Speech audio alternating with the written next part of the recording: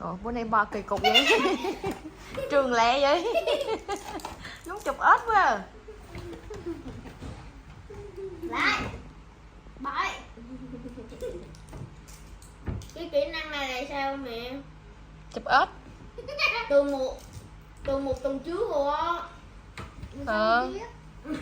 Tự nhiên có đang để đồ ở đây xong nó tới nó bò xong nó lấy luôn. Nó đó mẹ không có biết.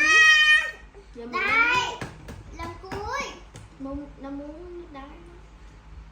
Đây bà Trường ơi,